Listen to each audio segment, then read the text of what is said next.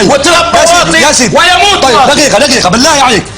وفي هذه الحالة ليس هناك أنسب من سلاح الأرض جو الذي يملكه كل فرد: الحذاء.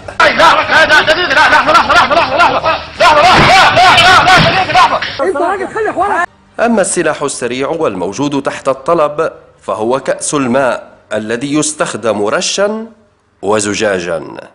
تحتاج إلى تطهير، وأنت بحاجة إلى تطهير على الهواء مباشرة. واحد مثلك بهيم ويلعن الجيل اللي بده يدرس عندك. يعني صح ولا لا؟ لا بلاش تجاوز. اجيب تسجيلات بكده؟ لا استاذ محمود لا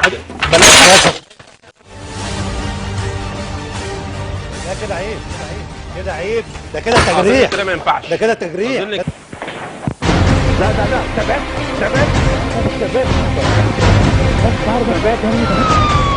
طلع تقارير من مرجعيات دوليه وهو قاعد مثل الاهبل مش عارف. انت عم تحكي يا خلاص. وحين ترتفع نبرة التهديد وتعجز تلك الأسلحة الفردية يأتي دور السلاح الثقيل والقصف باستخدام الكراسي وحتى الطاولات. يعني لو سمحتوا طيب خد بقى انا هوريك. اوعى. لا انت اللي بدأ. شاكر انت اللي شاكر يا اخوان. انت اللي بدأ. لا يا انت اللي بدأ. لا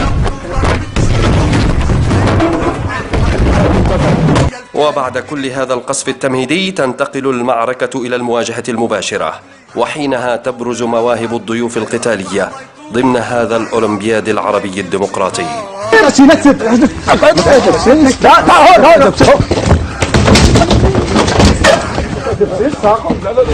يا أخي، دقيقة اسمع. اسمع دقيقة اسمع يا أخي، دقيقة يا أخي اسمع. اقطع رجالك. انا اتكلم على صوت اشمر.